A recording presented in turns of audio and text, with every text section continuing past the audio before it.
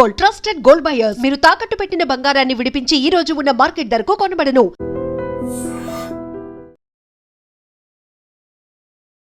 నమస్తే, welcome to I dream talking point with Kavitha.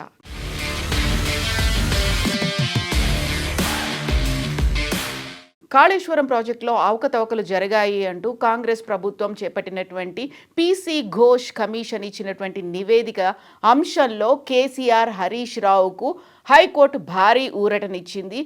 Justice PC Ghosh commission ఎలాంటి నిబంధనలు పాటించలేదు అని చెప్పింది హైకోర్టు.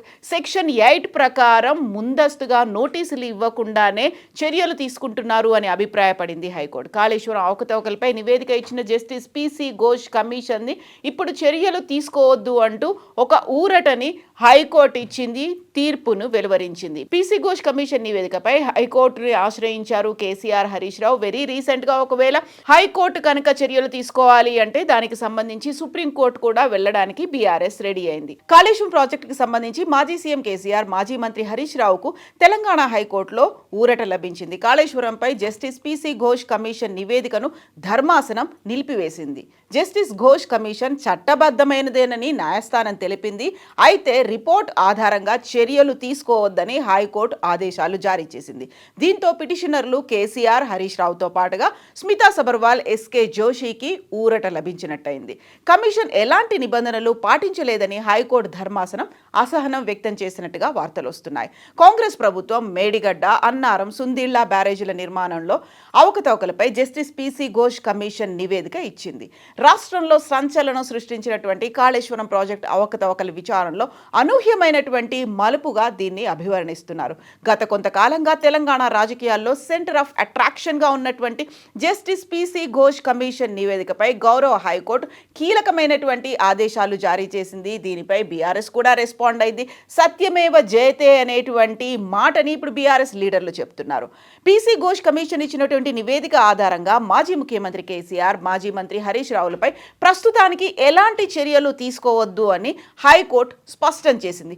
అసలు ఎందుకని హైకోర్టు బ్రేక్ వేసింది? నిబంధనల ఉల్లంఘన జరిగింది అని హైకోర్టు అభిప్రాయపడింది. ఏదైనా కమిషన్ విచారణ జరిపేటప్పుడు సహజ న్యాయ సూత్రాలు అనేవి ఉంటాయి. ప్రిన్సిపల్ ఆఫ్ నేచురల్ జస్టిస్ అనేది ఉంటుంది.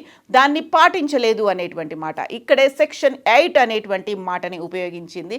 జస్టిస్ పీసీ ఘోష్ కమిషన్ ఈ విచారణలో కనీస నిబంధనలు పాటించలేదని హైకోర్టు అభిప్రాయపడింది. ఓవరాల్ ప్రక్రియలోనే చాలా లోపాలు ఉన్నాయి అనేటువంటి మాటని హైకోర్టు చెప్పింది. విచారణ ఎదుర్కొంటున్న వ్యక్తుల వాదనలను పరిగణలోకి తీసుకోవడం లేకుంటే నోటీసుల జారీలో చట్టబద్ధమైనటువంటి ప్రోటోకాల్ను అనుసరించలేదని హైకోర్టు గుర్తించింది. కాళేశ్వరం ప్రాజెక్టులో అవినీతి జరిగిందంటూ రాష్ట్ర ప్రభుత్వం 2024 మార్చిలో జీవో నెంబర్ 6ను జారీ చేస్తూ జస్టిస్ పీసీ ఘోష్ కమిషన్ను నియమించింది. అయితే ఘోష్ కమిషన్ను సవాల్ చేస్తూ తెలంగాణ హైకోర్టులో మాజీ సీఎం కేసీఆర్, హరీష్ రావు, అప్పటి ఐఏఎస్ స్మితా సబర్వాల్, ఎస్కే జోషి పిటిషన్లను దాఖలు చేశారు. దీనిపై న్యాయస్థానంలో సుదీర్ఘమైనటువంటి విచారణ జరిగింది.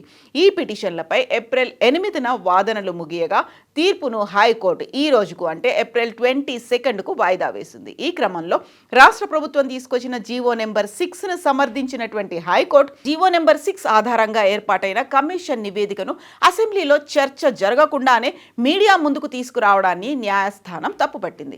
కమిషన్ ఇచ్చిన నివేదికను ఆధారంగా చేసుకుని పిటిషనర్లపై ఎలాంటి చర్యలు తీసుకోవద్దని తెలంగాణ హైకోర్టు తీర్పునిచ్చింది. దీంతో చర్యలపై స్టే వచ్చినట్టుగా అయింది. ఇప్పటిదాకా ఉన్నటువంటి లోపాల కారణంగానే పీసీ ఘోష్ కమిషన్ ఇచ్చినటువంటి నివేదికను ప్రాతిపదికగా చేసుకుని ఎలాంటి కఠిన చర్యలు చేపట్టవద్దు అంటూ హైకోర్టు ఆదేశించింది.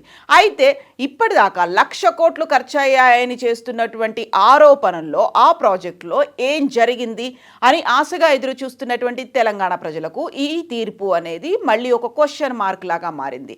నివేదికలో అవకతవకలు ఉన్నాయన్నది ఒక ఎత్తు అయితే విచారణ ప్రక్రియలో లోపాలు ఉండడం వల్ల అసలు లక్ష్యం పక్కదారి పట్టే ప్రమాదం ఉంది అనేటువంటి అనాలిసిస్లు కూడా వినిపిస్తున్నాయి. ఈ నేపథ్యంలోనే ప్రస్తుతం ఉన్నటువంటి ప్రభుత్వం ముందున్నటువంటి సవాళ్లు. ఇప్పుడు ప్రభుత్వం ఈ తీర్పుపై సుప్రీంకోర్టును ఆశ్రయిస్తుందా లేదా హైకోర్టు సూచనల మేరకు విచారణ ప్రక్రియను మళ్ళీ మొదటి నుంచి చట్టబద్ధంగా ప్రారంభిస్తుందా అనేదే క్వశ్చన్ మార్క్గా మారింది. బట్ బీఆర్ఎస్ పార్టీ దీనికి సంబంధించి ముందుగానే సమాయత్తమైంది. జస్ట్ 2 days బిఫోరే త్రిసభ్య కమిటీ రూపంలో మాజీ మంత్రి హరీష్ రావుతో పాటుగా మాజీ ఎంపీ వినోద్ కుమార్, అలాగే ప్రస్తుత ఎంపీ వద్దిరాజు రవిచంద్ర, ఈ ముగ్గురుతో బీఆర్ఎస్ ఢిల్లీకి పంపించింది. అక్కడ ఉన్నటువంటి సుప్రీంకోర్టు న్యాయమూర్తులతో చర్చించమని చెప్పింది. ఒకవేళ హైకోర్టు కనుక చర్యలు తీసుకోవాలి అంటే తమ వాదనలను సుప్రీంకోర్టులో కూడా వినిపించడానికి బీఆర్ఎస్ రెడీ అయిపోయింది.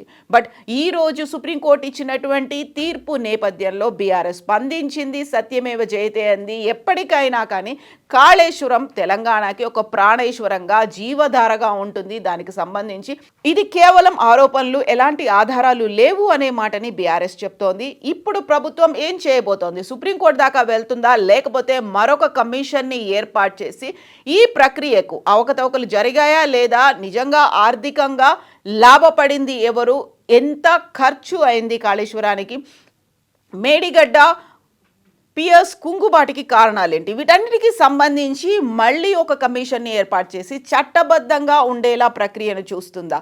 అదే క్వశ్చన్ మార్క్. మీరేమనుకుంటున్నారో కామెంట్స్ రూపంలో తెలియజేయండి.